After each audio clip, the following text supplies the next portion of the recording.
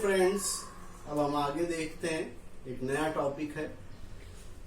हमारा टॉपिक है position time graph. Position time graph को दोस्तों हम एक्सटी ग्राफ भी कहते हैं।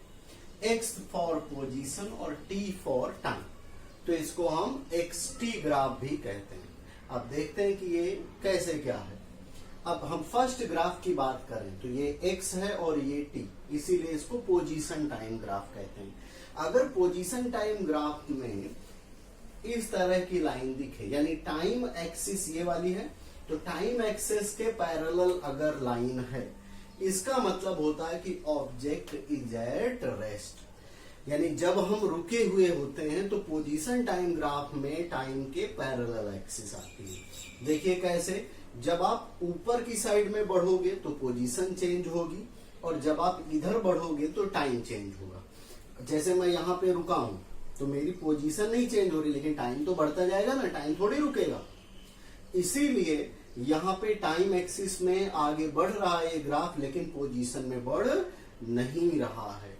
इसीलिए इसको हम कहते हैं कि ऑब्जेक्ट इज एट रेस्ट। इसके बाद अगर एक्सटी ग्राफ में ये एक्स है और ये टी, अगर स्ट्रेट लाइन दिखे, ये देखिए ऐसे स्ट्रेट लाइन, तो इस तरह, या फिर हम कह सकते हैं लीनियर लाइन, है ना, ऐसा भी कह सकते हैं। तो अगर इस तरह का ग्राफ है, इसका मतलब है कि ऑब्जेक्ट अपनी पोजीशन टाइम के साथ में चेंज कर रहा है। यानी जैसे जैसे टाइम बदल रहा है वैसे ही ऑब्जेक्ट अपनी पोजीशन को भी बदल रहा है। जब ऐसा केस होता है तो हमको स्ट्रेट लाइन मिलती है। देखिए यहाँ पे लिखा भी है, object changes its position with time uniformly. ठीक है, तो इस तरह के मोशन को हम यूनिफॉर्म मोशन भी कहते हैं। इस तरह के मोशन को हम यूनिफॉर्म मोशन भी कहते हैं। इसके बाद तीसरा है, इस तरह का अगर ग्राफ आ जाए, इस तरह के ग्राफ को हम कहते हैं, सेम है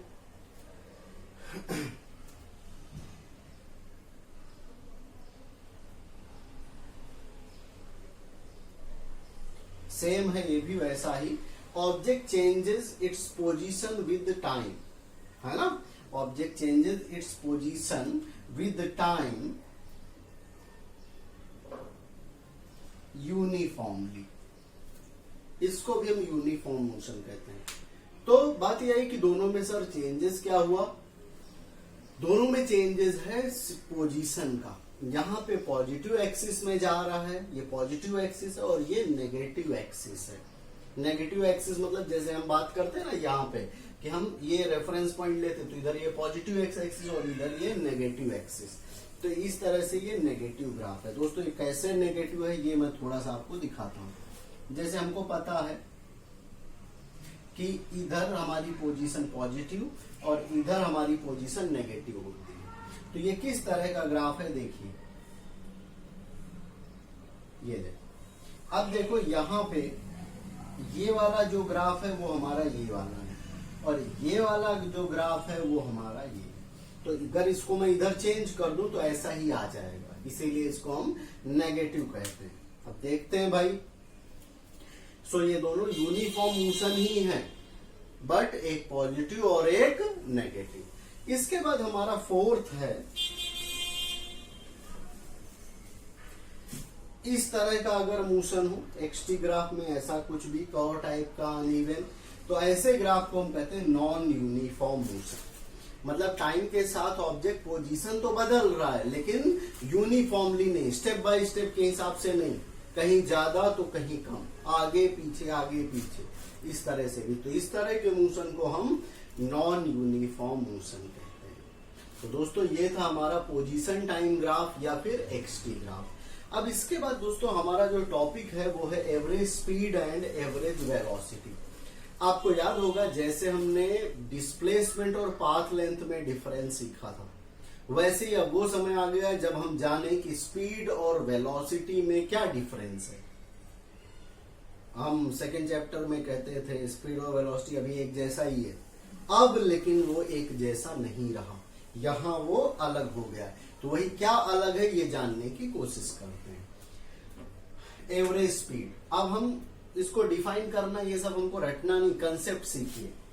एवरेज स्पीड को हम v से डिनोट करते हैं, फॉर्मूला होता है path length upon time, path length upon time. अब इसको डिफाइन कर दो, सिंपल, रेशियो हुआ, डिवाइड करें यानी ratio of path length to time interval, हो गई डेफिनेशन एवरेज स्पीड की। यानी स्पीड को हम पाथ लेंथ, स्पीड कैसे मिलती है, तो अगर हम पाथ लेंथ या फिर टोटल डिस्टेंस उसको हम टाइम से डिवाइड करें तो हमें मिल जाता है एवरेज स्पीड। फिर से एक बार देख लेते हैं क्या है definition, ratio of path length to time interval is called average speed. Formula भी वैसे ही बनेगा एवरेज स्पीड का, path length upon time interval. इसको हमने ऐसे ही नोटेशन दे दिया, पाथ लेंथ मान लिया x है और टाइम इंटरवल t, तो फॉर्मूला आ गया x बाई टी। अगर इसकी यूनिट लिखना चाहें तो x की यूनिट, x क्या है, पाथ लेंथ, लेंथ यानी मीटर, नीचे टाइम है तो इसकी यूनिट आ गई मीटर पर सेकेंड, मीटर पर सेकेंड। आप लोगों ने दोस्तों x वहां पे स्पीड में v equal to d by t भी देखा था, तो d और x दोनों एक ही बात है, d भी डिस्टेंस है और x भी डिस्टेंस है। अब देखिए इसका डायमेंशनल फॉर्मूला आपको याद ही है, L1t माइनस 1, ठीक है।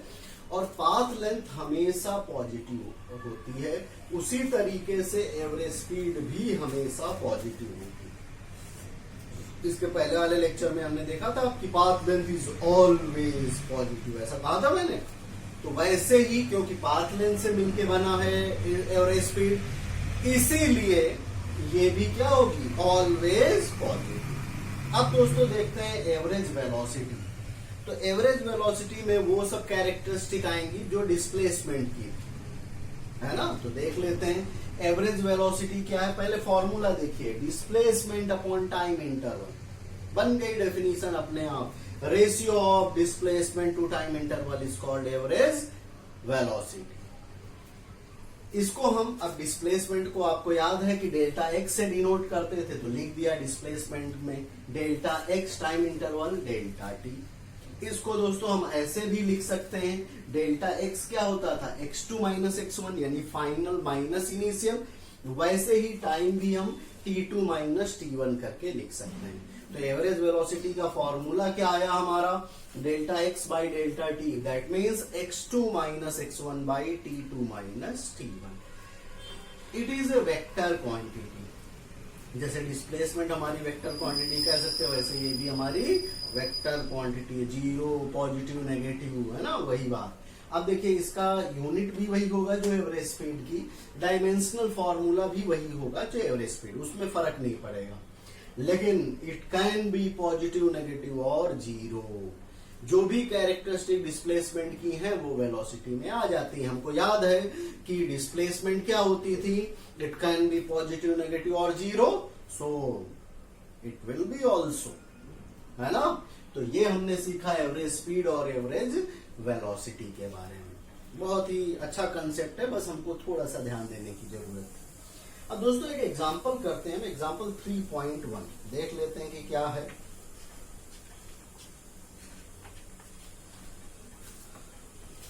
यहां पे क्वेश्चन लिखा है, ए car is moving along a straight line से ओपी इन द फिगर, ओ से पी, ये ओ है, ये पी है, ये क्यू है। तो एक कार है जो मूव कर रही, बोल रहा है कि it moves from O to P in 18 second, ओ से पी तक वो 18 सेकेंड में जाती। तो देखिए लिख दिया time interval, O to P 18 second, फिर लिखा है P to Q 6 second, P से Q तक 6 सेकेंड में आती है, तो P टू Q 6 सेकेंड। फिर कह रहा what are the average velocity and average speed, average velocity और एवरेज स्पीड क्या होगी। फर्स्ट में कब, from O to B, O से P में एवरेज स्पीड और एवरेज वेलोसिटी क्या होगी। फिर हमको फाइंड करना है O to P and back to Q, O से P गया, P से फिर Q, तो एवरेज वेलोसिटी एवरेज स्पीड क्या होगी। तो देख लेते हैं, पहला पाथ है for path O to P, for path O to P। अब देखिए हमको O से P तक जाना है और एवरेज स्पीड और एवरेज वेलोसिटी फाइंड करना है। अब एवरेज स्पीड का फॉर्मूला क्या होता है, पाथ लेंथ अपॉन टाइम। तो देखिए वही लिख दिया, average speed equal to path length upon time interval. अब O से P में पाथ लेंथ क्या होगी, ओ पोजीशन 0 वाली है, पी वाली पोजीशन 360, यानी पाथ लेंथ क्या हुई 360। तो देखो यहाँ पे 360, टाइम इंटरवल ओ से पी में 18 सेकेंड, तो 18 डिवाइड किया तो आ गया 20 मीटर पर सेकेंड। अब डिस्प्लेसमेंट, तो डिस्प्लेसमेंट सॉरी एवरेज वेलोसिटी, तो एवरेज वेलोसिटी का फॉर्मूला क्या होता है डिस्प्लेसमेंट अपॉन टाइम। अब यहाँ दोस्तों आपने देखा स्ट्रेट लाइन है, और स्ट्रेट लाइन में पाथ लेंथ और डिस्प्लेसमेंट सेम होती है, इसीलिए यहाँ पे डिस्प्लेसमेंट भी वही आएगी जो पाथ लेंथ है, टाइम तो उतना ही लगेगा। तो सेम आ गया एवरेज वेलोसिटी और एवरेज स्पीड। तो यहाँ फिर से हम वो बात पे आ गए कि स्ट्रेट लाइन में जैसे पाथ लेंथ और डिस्प्लेसमेंट सेम होती थी, वैसे एवरेज वेलोसिटी और एवरेज स्पीड भी सेम होगी। अब नेक्स्ट केस है हमारा for path O to P and P to Q, यानी O से हम पहले P पर गए और P से वापस Q पर आ गए, तो अब हमारी एवरेज स्पीड क्या होगी। तो फॉर्मूला लिखा path length upon time interval. अब पाथ लेंथ क्या होगी, तो पहले हम कहा गए थे O से P, तो O to P plus P से फिर Q, तो P प्लस Q, यानी OP प्लस PQ। टाइम भी टोटल लगेगा। अब O से P तक जाने में 18 सेकेंड और P से Q तक जाने में 6 सेकेंड, तो 18 प्लस 6। अब ये डिस्टेंस कितनी, O से P तक 360 और P से Q तक, तो 360 माइनस 240 यानी 120, तो 360 प्लस 120 बाई 24, तो आ गया 20 मीटर पर सेकेंड। बट अगर एवरेज वेलोसिटी निकालनी होती, तो एवरेज वेलोसिटी होती डिस्प्लेसमेंट अपॉन टाइम, यानी final position minus initial position. Displacement का फॉर्मूला याद है ना, फाइनल पोजीशन माइनस इनिशियल। तो फाइनल पोजीशन क्या है Q, यानी 240। इनिशियल पोजीशन क्या है, कहां पर गए भाई, इनिशियल पोजीशन O, तो final position minus initial position, final position यानी 240 माइनस 0, तो कितना आएगा 240, इसीलिए डिस्प्लेसमेंट 240। टाइम इंटरवल, टाइम तो पूरा ही लगेगा, तो टाइम लिख लिया इसीलिए हमने 24 ही। इसको सिंप्लीफाई करेंगे तो आ गया 10 मीटर पर सेकेंड। तो दोस्तों इस तरह से हम एवरेज वेलोसिटी और एवरेज स्पीड को फाइंड कर सकते हैं। ठीक है, सो मिलते हैं नेक्स्ट लेक्चर में। Thank you. जो हमने ग्राफ सीखे हैं ये, अब देखते हैं कि उसको हम कैसे, मतलब ग्राफ प्लॉट करना अगर आए कोई क्वेश्चन के थ्रू, तो किस तरह से हम सॉल्व कर सकते हैं। तो उसके लिए हमारे पास एक क्वेश्चन है, देख लेते हैं। हमारा अनसॉल्व्ड 3 क्वेश्चन लिखा है कि ए women starts from her home at 9 a.m. walks with a speed of 5 km per hour on a straight road up to her office 2.5 kilometer away. इसका मतलब क्या हुआ कि एक वुमेन है, वो अपने घर से 9 बजे चलना शुरू करती है ऑफिस जाने के लिए, और उसका ऑफिस 2.5 किलोमीटर की डिस्टेंस पे है, सीधा ही उसके घर के सामने ही कहीं 2.5 किलोमीटर के डिस्टेंस पे है, और वो 5 किलोमीटर पर आवर की स्पीड से चल रही है। आगे फिर लिखा है then stage at the office up to 5 PM, वो वहां पे ऑफिस में 5 बजे तक रुकती, and returns home by N auto with speed of 25 kilometre per hour, और वो घर आते समय ऑटो लेती, और ऑटो की स्पीड है 25 किलोमीटर पर आवर। फिर बोल रहा है choose suitable scale and plot the XT graph of her motion. हमको उसका ग्राफ बनाना है, इस मोशन का ग्राफ बनाना है कि वो किस तरह मूव कर रही है। एक बार क्वेश्चन फिर से समझते हैं दोस्तों। क्वेश्चन में ऐसा कह रहा है कि एक वुमेन है जो कि अपने घर से 9 बजे निकलती ऑफिस के लिए, और उसका ऑफिस उसके घर से 2.5 किलोमीटर की डिस्टेंस पे है। जब वो जा रही ऑफिस तो उसकी स्पीड है 5 किलोमीटर पर आवर। फिर वो ऑफिस पहुंचती है और वहां पर 5 बजे तक रुकती है। 5 बजे के बाद जब वो घर आ रही है, वहां ऑफिस से निकलती घर आने के लिए, तो वो ऑटो कर लेती है और ऑटो की स्पीड है 25 किलोमीटर पर आवर। तो वो वहां से मतलब इतना जो सब काम हुआ कि वो यहाँ से घर से ऑफिस गई, ऑफिस में रुक उसके बाद वापस आई। तो इस पूरे जो भी सिस्टम है इसका हमको ग्राफ बनाना है, ठीक है, प्लॉट करना है। अभी हमने एक्सटी ग्राफ पढ़ा था, वैसे ही अब देखते हैं कि कैसे प्लॉट कर सकते हैं। अब देखिए दोस्तों, उसके लिए हमको कुछ पहले बेसिक कैलकुलेशन जरूरी है। यहाँ पे हमको दिया क्या, एक्स यानी डिस्टेंस, उसके घर से ऑफिस तक की डिस्टेंस है 2.5 किलोमीटर। देखिए 2.5 किलोमीटर। फिर वो जब जा रही है तो उसकी स्पीड है 5 किलोमीटर पर आवर, तो हमने v1 लिख दिया। उसके बाद रिटर्निंग की स्पीड है 25 किलोमीटर पर आवर, तो हमने v2 लिख दिया। तो दोस्तों हमको ये पहले निकालना पड़ेगा कि वो जो वुमेन है वो घर से ऑफिस कितनी देर में पहुंचती, यानी टाइम कितना लगता है उसको। तो उसके लिए हमने क्या किया, time taken by her to reach office. तो टाइम कैसे निकाल सकते हैं दोस्तों, तो अभी अभी हमने वेलोसिटी या कह लो स्पीड, कुछ भी कह लो, स्पीड है ना का फॉर्मूला पढ़ा था, v equal to d by t, या फिर हम ऐसे भी लिख सकते हैं इसको x बाई टी। तो अगर हमको टाइम निकालना हो तो टाइम को सब्जेक्ट बनाएंगे, फॉर्मूला आ जाएगा x बाई वी। तो वही फॉर्मूला हमने अप्लाई किया, इसमें लिख दिया t1 equal to x by v1। अब x की वैल्यू है 2.5, v1 की वैल्यू है 5, ये सब्स्टिट्यूट किया, सिंप्लीफाई किया तो आया 0.5 r। r में है तो हमको मिनट में चाहिए ना, तो मिनट में कन्वर्ट कर लेंगे। तो 0.5 r को मिनट में कैसे कन्वर्ट करेंगे, तो मल्टीप्लाई बाई 60, तो कितना आ जाएगा 30 मिनट। यानी उस महिला को घर से ऑफिस पहुंचने में 30 मिनट लगते हैं। इसका मतलब क्या हुआ कि घर से वो 9 बजे निकली थी और ऑफिस पहुंची वो 9:30 पे, ठीक है। तो अभी हम थोड़ी देर में ग्राफ कैसे प्लॉट करेंगे वो हम सीखेंगे। पहले हम बेसिक कुछ कैलकुलेशन देख लेते हैं।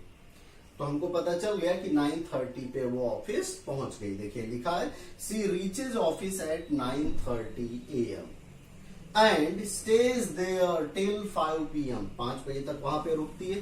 तो आगे अब हमको निकालना पड़ेगा टाइम कि वो ऑफिस से घर आने में कितना समय लगा उसको, ठीक है। तो देखते हैं, तो time taken by her to reach home, तो क्या हो जाएगा, अब t2 equal to x by v2, same formula, बस 2 लगा दो। x की वैल्यू डाल दिया, v2 की वैल्यू डाल दिया 25। इसको अगर हम सिंप्लीफाई करेंगे तो क्या आ जाएगा 0.1 r। 0.1 r मतलब 6 मिनट।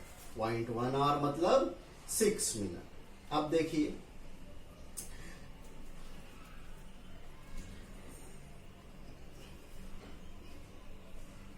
तो दोस्तों वो 5 बजे तक ऑफिस में थी और घर पहुंचने में उसको सिर्फ 6 मिनट लग रहे हैं। इसका मतलब है कि वो जो फीमेल थी उसको ऑफिस से घर आने में कितना समय लगेगा, 6 मिनट का मतलब हुआ 5:06 पर वो घर पे वापस आ जाएगी। तो हमारे पास ये डेटा है, इसके थ्रू हमको ग्राफ बनाना। तो देखिए हम कैसे ग्राफ बनाएंगे। इस एक्सिस में हमने लिख लिया x यानी किलोमीटर डिस्टेंस, और इधर टाइम, तो ये बन गया हमारा xt ग्राफ, ठीक है। अब ये हमने पॉइंट दे दिए, हमारे पास जो भी समय है इस हिसाब से ऐसे ही पॉइंट दे दिया, इधर r मतलब टाइम का दे दिया। अब देखिए हम शुरू कर रहे हैं। हमने मान लिया O उसका घर है, ये घर है उसका, तो यहाँ पे इनिशियली 0 वो घर पे थी। अब घर से निकलती है वो 9 बजे। 9 बजे वो घर से निकलती है, चलना शुरू किया और घर से पहुंचती वो ऑफिस, और ऑफिस कितनी डिस्टेंस पे है 2.5। तो जब वो घर से निकली चली तो यहाँ पर ऑफिस, देखिए 2.5 वाली लाइन के आगे हम पहुंच गए ऑफिस। और जब हम ऑफिस पहुंचे तो उस समय टाइम कितना लगा, तो देखिए ये 9 वाला प्लॉट है, उसके जस्ट थोड़ा बाद में। तो हमको टाइम कितना लगा था घर से ऑफिस पहुंचने में 30 मिनट, तो 30 मिनट मतलब 9:30। तो हमने इसको थोड़ा सा दूर बना दिया, ये जहां पहुंचती वो 9:30 AM। एक बार फिर से बता रहा हूँ, 9 बजे वो घर से निकलती है और पहुंचती है 9:30 पे। तो ये 9 है, हमने मान लिया यहाँ बीच में कहीं आना चाहिए 9:30। तो ये प्लॉटिंग में थोड़ा सा हम इसको इधर ले, ऊपर से हमको करेक्ट करना पड़ेगा। देख लेते हैं, ठीक है। 9:30 पे वो ऑफिस पहुंच जाती है। अब वहां पर 9:30 पर पहुंचने के बाद वो ऑफिस में ही रुकती है। तो देखिए हमने यहाँ पे स्ट्रेट लाइन, पैरेलल लाइन बनाई टाइम एक्सिस के, क्योंकि वो वहां पे रुकी है तो डिस्टेंस तो चेंज हुई नहीं, वो वहां पे रुकी रही तो डिस्टेंस तो वही रही, लेकिन टाइम बढ़ा, इसीलिए हमने इधर का प्लॉट बनाया। अब दोस्तों अभी हमने सीखा था, आपको पता होगा कि सेकंड प्लॉट में कि जब ऑब्जेक्ट अपनी पोजीशन चेंज करे टाइम के साथ तो स्ट्रेट लाइन आती थी ऐसे स्लोप में। सेकंड ग्राफ देखिए, टाइम के साथ पोजीशन चेंज हो रही थी, तो ये प्लॉट आया हमारा स्ट्रेट लाइन लीनियर ग्राफ। उसके बाद जब ऑब्जेक्ट रेस्ट पर होता था, हमारा फर्स्ट ग्राफ यहाँ जो बनाया था फर्स्ट, तो जब ऑब्जेक्ट रुका हुआ हो यानी रेस्ट पर हो तो क्या होता था, टाइम एक्सिस के पैरेलल लाइन आती थी। तो देखो ये टाइम एक्सिस है, इसके पैरेलल लाइन आई क्योंकि वो फीमेल ऑफिस में रुक रही है 5 बजे तक। अब उसके बाद जैसे हम घर पे हैं, यहाँ पे हैं और यहाँ से इधर जाए, ये पॉजिटिव एक्सिस ले लिया, तो अब वहां से इधर आएंगे तो नेगेटिव एक्सिस। तो देखिए 5 बजे तक वहीं पे है, इसीलिए देखिए 5 बजे पे हमने बना दिया। अब इसके बाद वो वहां से रिटर्न आती 5:06 पर, तो वहां से वापस आए तो ये देखिए दूसरी लाइन हमने यहाँ पे दे दिया उसको 5:06 PM, ठीक है। तो देखिए वापस आए तो डाउनवर्ड डायरेक्शन में ग्राफ गया। तो आपको याद होगा थर्ड ग्राफ हमारा प्लॉट कैसा होता था, ये वाला प्लॉट होता था, है ना। तो वही है, तो ये हम XT ग्राफ के थ्रू इस तरह से सीख सकते हैं। एक बार फिर से बता दे रहा हूं, पहले वो घर पे थी होम, उसके बाद चलना शुरू किया, 9 बजे चलना शुरू किया, 9:30 पे ऑफिस पहुंची और ऑफिस कहाँ है 2.5 किलोमीटर पे। तो ये किलोमीटर और इधर टाइम, तो 9:30 यहाँ पर होगा। तो हमने चलना शुरू किया, तो जब यहाँ पहुंचे तो देखा नीचे टाइम 9:30 और ऊपर की मैक्सिमम डिस्टेंस 2.5 किलोमीटर होनी चाहिए। उसके बाद वहीं पे रुकी हो तो यहाँ पे रेस्ट पे रोक दिया, इसीलिए हमने पैरेलल लाइन बनाई टाइम एक्सिस की। तो वो रेस्ट पर, वहां से फिर क्या हुआ, वो वापस आई घर पे। तो और कितने समय पे वापस आई, तो 5:06। तो 5 तो यहीं पे बज रहे थे और 6 मिनट के लिए थोड़ा सा हमने थोड़ा सा एकदम इधर खिसका दिया, तो 5:06। तो दोस्तों इस तरह से हम ग्राफ प्लॉट कर सकते हैं, कोई भी क्वेश्चन आए तो। मिलते हैं नेक्स्ट लेक्चर।